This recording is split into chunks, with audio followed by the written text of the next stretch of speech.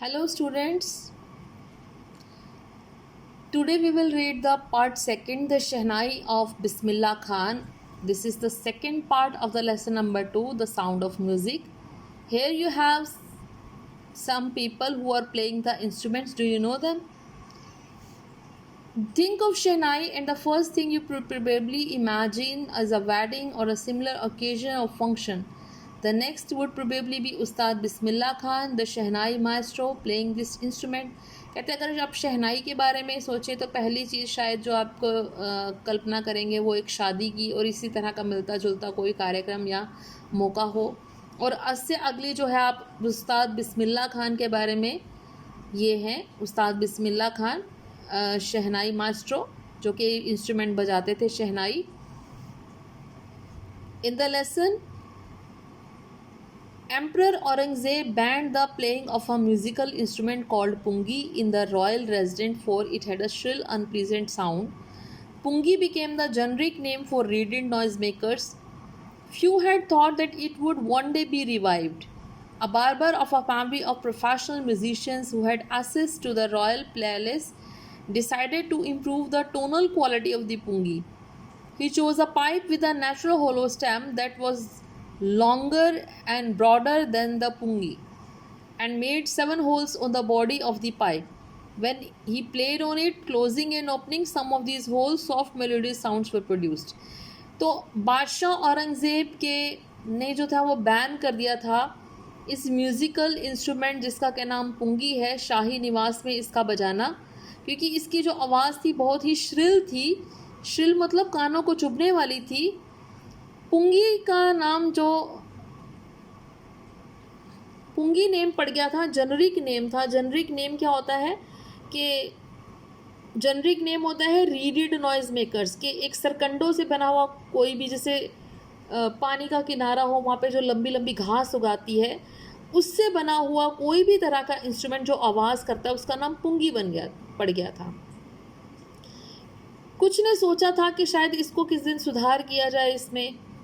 A barber of a family of professional musicians, तो उनमें से किसी ने सोचा कि एक दिन शायद इसमें कुछ रिवाइव किया जाएगा, सुधार किया जाएगा।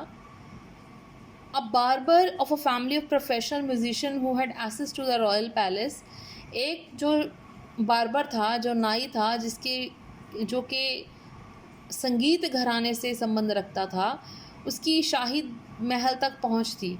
उसने ये डिसाइड किया कि मैं इसकी टोनल क्वालिटी को, पुंगी की टोनल क्वालिटी को, इसकी ट्यून की क्वालिटी को सुधारूंगा। He choose a pipe with a natural hollow stem, उसने एक पाइप चुना जिसमें कि प्राकृतिक तौर पर छेद था, उसका अंदर से जो खोखला था, दैट वाज लॉन्गर, जो कि लंबा था, एंड ब्रॉडर और चौड़ा था, देन द पुंगी से ज़्यादा। उसने उसमें 7 होल्स किए उसकी बॉडी में। जब उसने उसको बजाया, उसके बंद करने पर, उसके खोलने पर उन होल्स को, तो उसमें से बहुत ही सॉफ्ट और सुरीली सी आवाज़ प्रोड्यूस हुई।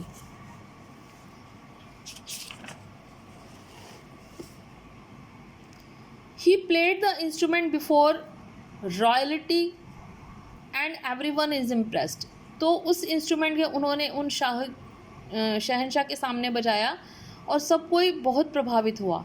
The instrument so different from the pungi, ये पुंगी से बहुत ही डिफरेंट था।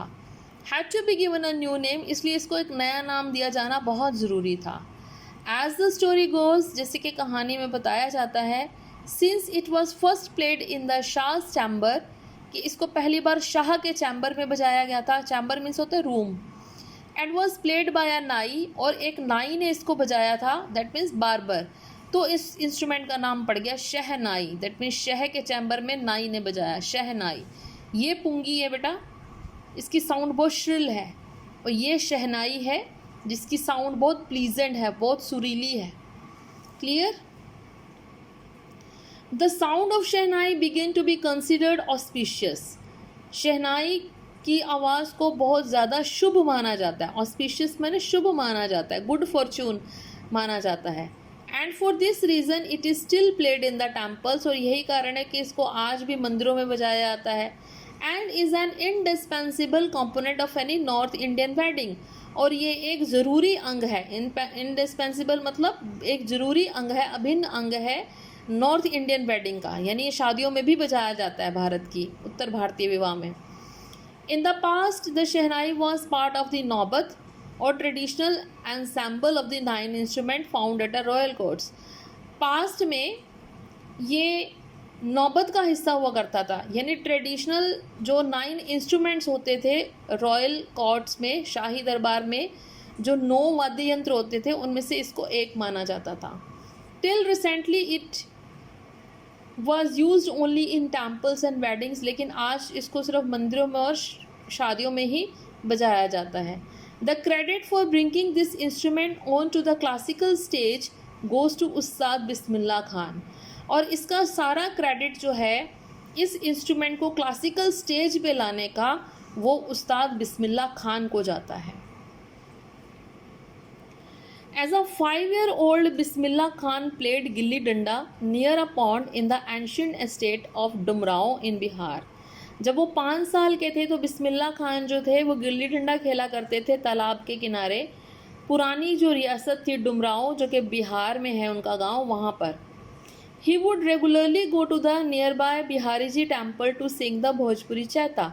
वो पास ही के बिहारी जी मंदिर में जाते थे भोजपुरी चैता गाने के लिए। At the end of which he would earn a big laddoo, और जिसमें आखिर में उनको बहुत बड़ा लड्डू जिसका के भार 1.25 kg होता था, प्राइज़ के तौर पे दिया गया उनको लोकल महाराजा, वहाँ के जो स्थानीय महाराजा थे उनके द्वारा। दिस हैपन 80 ईयर्स एगो, ये 80 साल पहले की बात है। And the little boy has travelled far to earn the highest civilian award in India, the Bharat Ratna.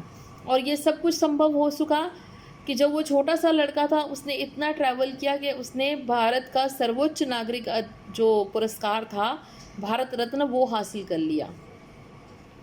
Born on 21st March 1916, Bismillah belongs to a well-known family of musicians from Bihar. उनका जन्म 21 मार्च 1916 को हुआ था और वो एक बहुत ही वेल नोन मतलब फेमस परिवार जो थे म्यूजिशियंस के, जो कि बिहार के थे, उनसे संबंध रखते थे। His grandfather Rasool Bakhsh Khan was the shehnai nawaz of the Bhojpur king's court. तो उनके जो दादा थे वो रसूल बख्श खान, वो शहनाई नवाज थे भोजपुर राजा के दरबार में। His father पैगंबर बख्श and the other paternal ancestors were also great shehnai players। उनके पिताजी पैगंबर बख्श और उनके जो दूसरे पैतृक पूर्वज थे, पैटर्नल मतलब होते हैं जो पिता की तरफ से जो पूर्वज थे, वो बहुत ज़्यादा महान शहनाई प्लेयर्स थे। The young boy took to music early in life at the age of 3 when his mother took him to a maternal uncle's house in Banaras, now Varanasi. Bismillah was fascinated watching his uncles practice the शहनाई। तो जो छोटा सा लड़का था उसने बहुत ही अपनी ज़िंदगी के शुरुआती सालों में म्यूज़िक को अपना लिया। जब वो 3 साल के थे तो उनकी मम्मा उनको उनके मामा के घर लेके गई जो कि बनारस में है, आजकल उसको वाराणसी बोलते हैं। बिस्मिल्लाह खान बहुत फैसिनेट हुए, मतलब बहुत अट्रैक्टिव हुए अपने अंकल को देख के जब वो शहनाई की प्रैक्टिस कर रहे थे। सून बिस्मिल्लाह स्टार्टेड अकम्पनिंग हिज अंकल, जल्दी ही उन्होंने अपने अंकल के साथ जो कि अली बख्श थे उनके साथ उन्होंने वो विष्णु टेम्पल जो कि बनारस में है, where Bakhsh was employed to play the shehnai, जहाँ पर बख्श को शहनाई बजाने का काम दिया गया है, वहाँ पर उनके साथ जाते थे। Ali Bakhsh would play the shehnai and Bismillah would sit captivated for hours and end. Ali Bakhsh वहाँ पर शहनाई बजाते थे और बिस्मिल्लाह खान जो उनको घंटों तक देखते रहते थे। स्लोली धीरे धीरे he started getting lessons in playing the instrument, धीरे धीरे उन्होंने शहनाई बजाना सीखना शुरू किया। And would sit practising throughout the day, और सारा दिन वो उसकी प्रैक्टिस करते थे।